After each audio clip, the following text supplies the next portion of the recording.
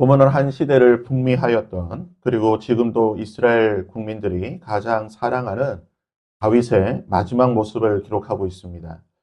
1절에서 12절은 다윗의 유언인데요. 2절에서 4절까지는 다윗이 모세가 여호수아에게 했던 말을 다시 한번 반복하며 그의 아들 솔로몬에게 유언을 남기고 있습니다. 너는 힘써 대장부가 되라. 히브리어 원어의 뜻을 보게 되면 강하고 담대하라는 말입니다.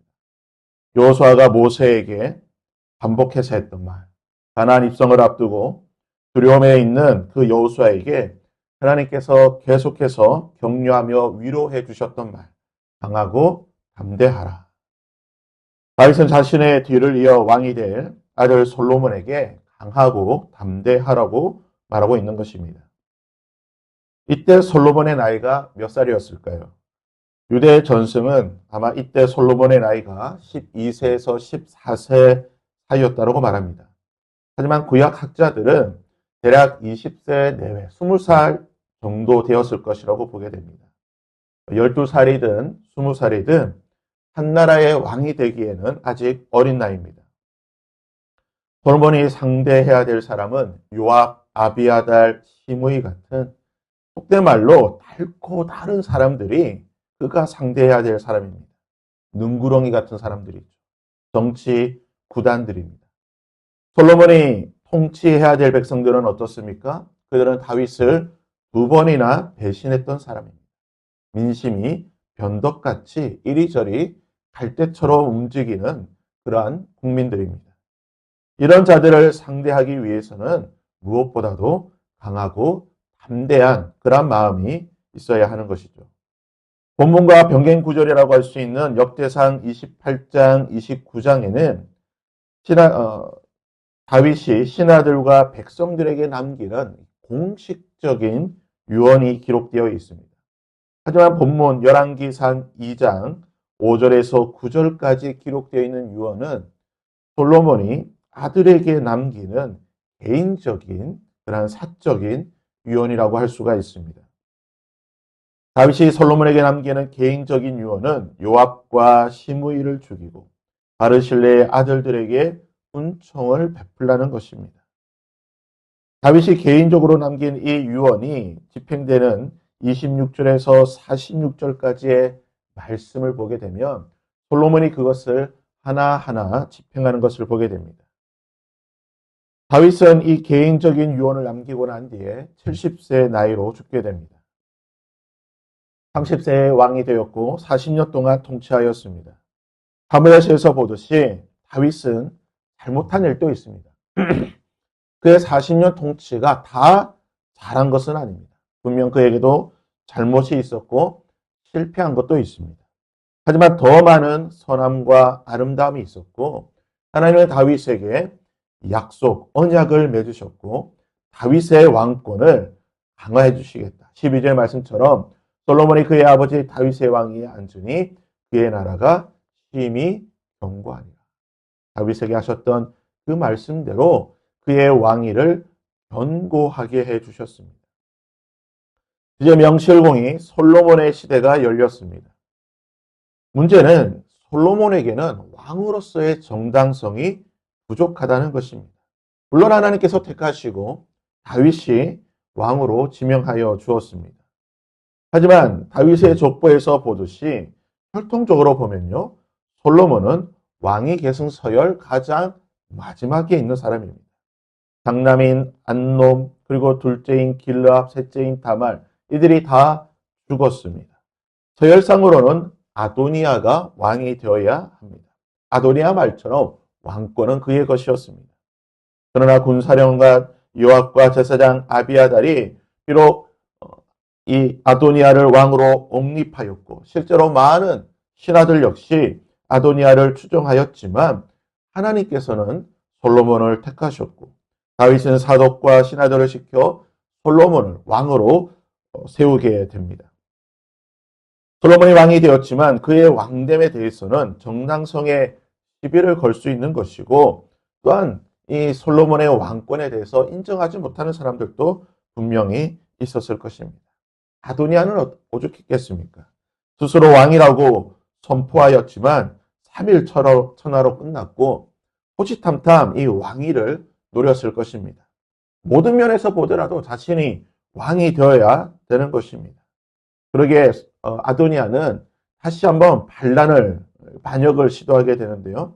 오늘 17절 말씀해 보시면 그가 이르되 청하건대 솔로몬 왕에게 말씀하여 그가 수넴 여자 아비삭을 내게 주어 아내를 삼게 하소서. 왕이 당신의 청을 거절하지 아니하리라.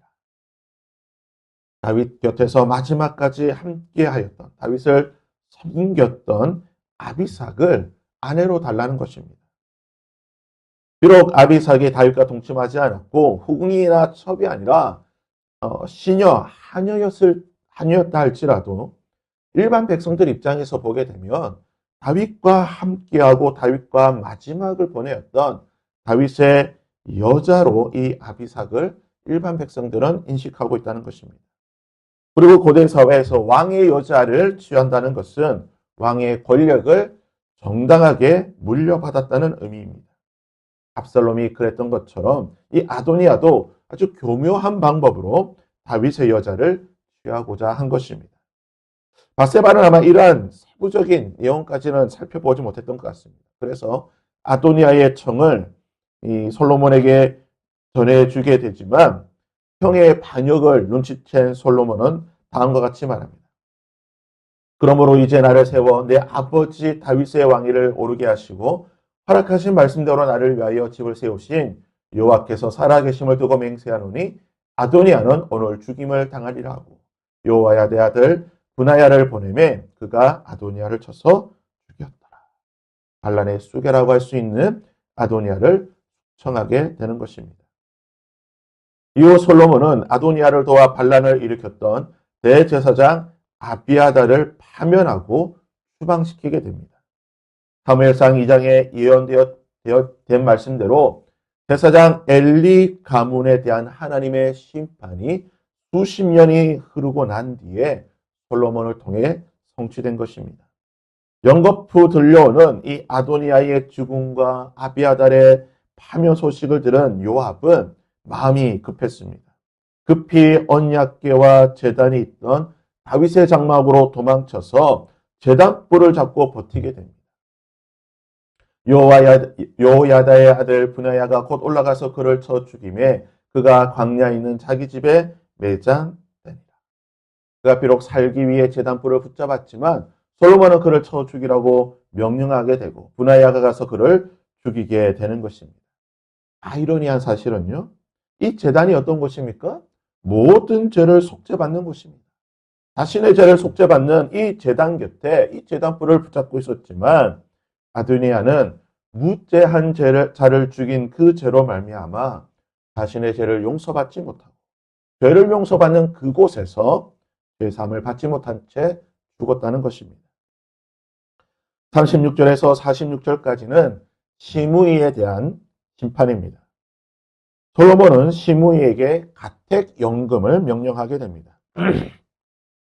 3년 동안 시므이는 가택연금을 잘 지키게 되지만 도망친 종을 찾기 위해 왕의 명령을 어기게 됩니다. 이것을 누군가가 솔로몬에게 알려주고 솔로몬은 또한 이렇게 말하죠. 왕이 또 시므이에게 이르되 내가 내 마음으로 아는 모든 악 곧 내 아버지에게 행한 바를 내가 스스로 아나니 여호와께서 내 악을 내 머리로 돌려보내시리라. 그리고 시므이에 대한 심판 역시 행하게 되는 것입니다.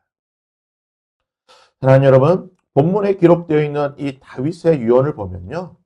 어떻게 보면 자신이 해결해야 되는 것, 그리고 자신이 다 해결하지 못한 것을 아들에게 좀 미루는 듯한 그런 모습을 보입니다. 자신의 손에는 피를 묻히지 않고 아들의 손을 피에 묻히려고 하는 어떻게 보면 좀 다윗의 이중적인 그러한 모습인 것 같습니다. 그리고 이제 막 즉위한 이 어린 왕 솔로몬, 정적들을 잔인하게 하나씩 제거하는 수상하는 모습 보게 되면 좀 정치적으로 너무 솔로몬이 자신의 왕권을 세우기 위해서 이런 모습을 보이지 않는가라는 그런 생각도 하게 됩니다. 물론 그런 면이 없지 않아 있습니다. 물론 많은 구역학자들은 그런 정치적인 해석을 하게 됩니다. 하지만 하나님께서는 다윗의 개인적인 유언을 통해 공공연하게 불의를 행하였던 요압에 대한 하나님의 심판을 행하셨습니다. 하나님의 권위에 도전하였던, 하나님의 기름 부음 받은 자에 대한 도전하였던 이 배역한 자에 대한 하나님의 준엄한 심판을 행하시는 공의의 하나님을 보여주고 계십니다. 그리고 비록 시간이 지났다 할지라도 하나님은 수십 년 전에 하셨던 그 하나님의 말씀을 잊지 아니하고 그 말씀이 땅에 떨어지지 아니하고 한 번 하셨던 그 말씀은 반드시 지켜 행하시는 분이시라는 사실을, 신실하신 하나님이시라는 사실을 보여주고 있는 것입니다. 오늘 우리는 준엄하고 공의로우신 하나님을 경외해야 될 것입니다. 오늘 우리의 삶 속에서 하나님의 준엄함과 공의하심이 여전히 우리 삶 속에 있는 것을 기억해야 될 것입니다. 또한 하나님은 말씀하신 바를 반드시 지키시고 이루시는 신실하신 하나님이심을 기대해야 될 것입니다.